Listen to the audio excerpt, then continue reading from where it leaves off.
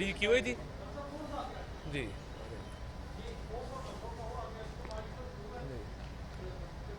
Reporters में check करने को आ रहा है या नहीं। बिस्मिल्लाहिर्रहमानिर्रहीम। आज हमजा शहबाज शरीफ साहब का बेल का केस सुप्रीम कोर्ट में समाअत के लिए मुकर्रर था और बेल प्रोसीडिंग्स के अंदर ये बात ज़ेर बहस आई कि हमजा शहबाज शरीफ को कैद में 19 माह हो गए हैं और हार्डशिप ग्राउंड पे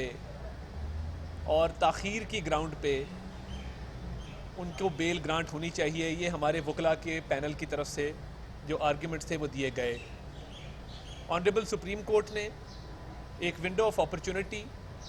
देते हुए ये केस वापस हाई कोर्ट को रिमांड कर दिया है कि नैब के केसेस में जो ताख़ीर का पॉइंट है इसको हमें हाई कोर्ट के लेवल पर अब उठाना है, क्योंकि हाई कोर्ट ने जब ये बेल कैंसिल की थी उस वक्त हमजा शहबाज के असासों वाले केस का रेफरेंस अभी दायर नहीं किया गया था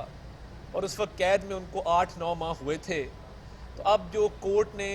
ऑनरेबल सुप्रीम कोर्ट ने केस वापस हाई कोर्ट को भिजवाया है।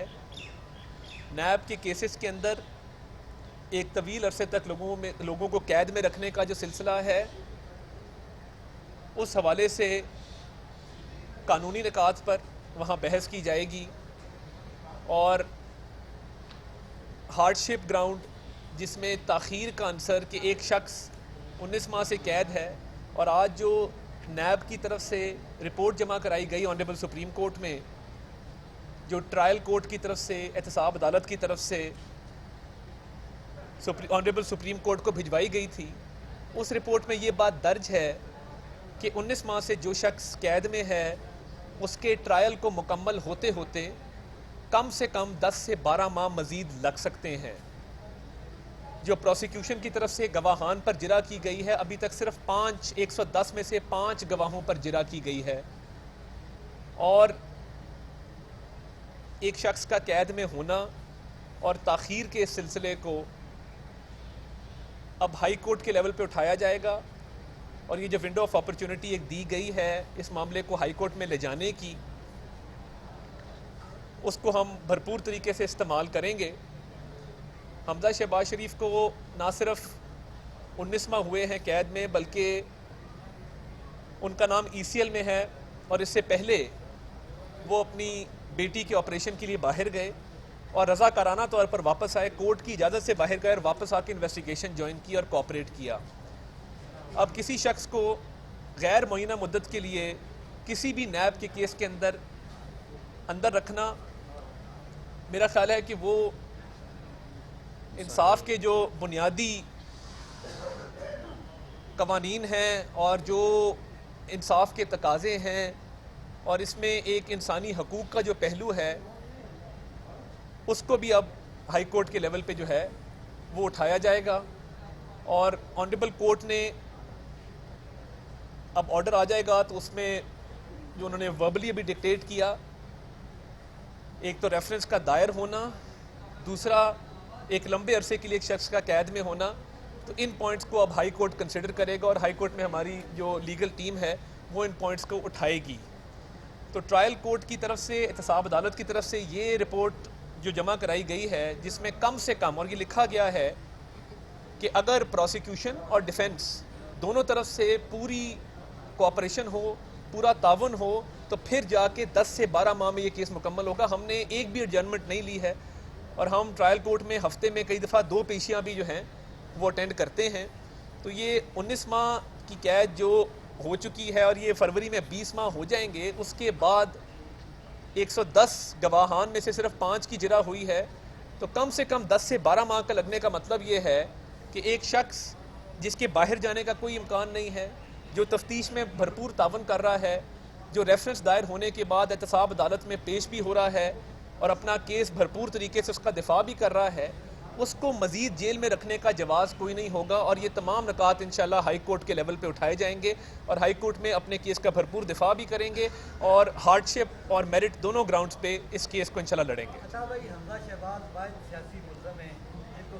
गुना पाकिस्तान से जमानत नहीं मिली, 7 अरब रुपए का इल्ज़ाम लगाया गया, 53 करोड़ रेफरेंस में लिखा गया। क्या समझते हैं कि इतना कमज़ोर केस होने के बावजूद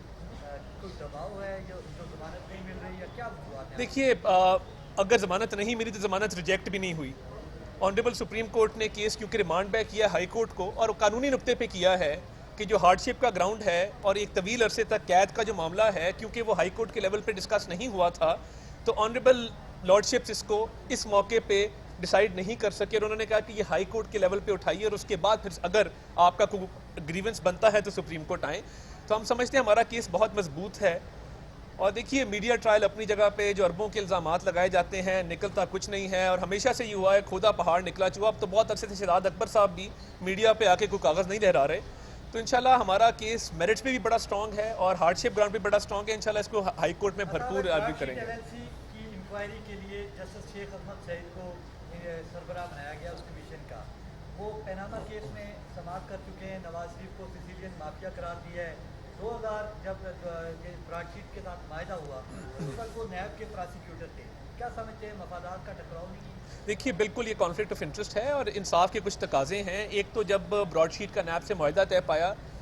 तो शेख अजमत सईद साहब उस वक्त नैब में डिप्टी प्रोसिक्यूटर जनरल थे। दूसरा, वो कल हमारी पार्टी पॉलिसीज़ पे आ चुकी है, एहसन इकबाल साहब बात कर चुके हैं कि वो शौकत खानम ट्रस्ट के बोर्ड ऑफ गवर्नर्स में शामिल हैं, और इसके अलावा वो पैनामा जजमेंट में भी बैठे थे। तो मेरा ख्याल है कि ऑनरेबल तरीका इसका यही है कि शेख अजमत सईद साहब को रिक्यूज़ कर जाना चाहिए कॉन्फ्लिक्ट ऑफ इंटरेस्ट को साइड करते हुए। तो उनका इस केस की तहकीकात करना नहीं बनता, क्योंकि वो नैब की नुमाइंदगी करते रहे हैं जिस दौर में ये मुआहदा तय पाया था। बहुत शुक्रिया। एक क्वेश्चन का जवाब दीजिए, अगर इन केस वो रिफ्यूज़ नहीं करते, ये तो आप अखलाकियात की बात कर रहे हैं ना, कोई अखलाकी तौर पर उनको खुद रिफ्यूज़ कर देना चाहिए, लेकिन यहाँ पर हमने देखा है, माजी में भी देखा है और मौजूदा हालात में भी नज़र आ रहा है, अगर इन केस वो नहीं रिफ्यूज़ करते और वो ही इस मैटर को प्रूव करते हैं तो PMLN का क्या लाइन ऑफ एक्शन होगा? देखिए, हमारी तो इस पर बड़ी क्लियर पार्टी लाइन है कि उनको ये केस नहीं सुनना चाहिए। इस पर मज़ीद मशावरत हो रही है और कॉन्फ्लिक्ट ऑफ इंटरेस्ट जो है वो रोज़े रोशन की तरह आया है। और देखिए, आप अभी भी शौकत खानम की वेबसाइट पे जाएं, उनका नाम बोर्ड ऑफ गवर्नर्स में शामिल है। और इन सारे मामलात के होते हुए हमने तो अपना ओपिनियन बड़ा क्लियर रखा है, और मज़ीद आज मशावरत होगी तो पार्टी पॉलिसी मज़ीद क्लियर होकर आपके सामने आ जाएगी। बहुत शुक्रिया जी।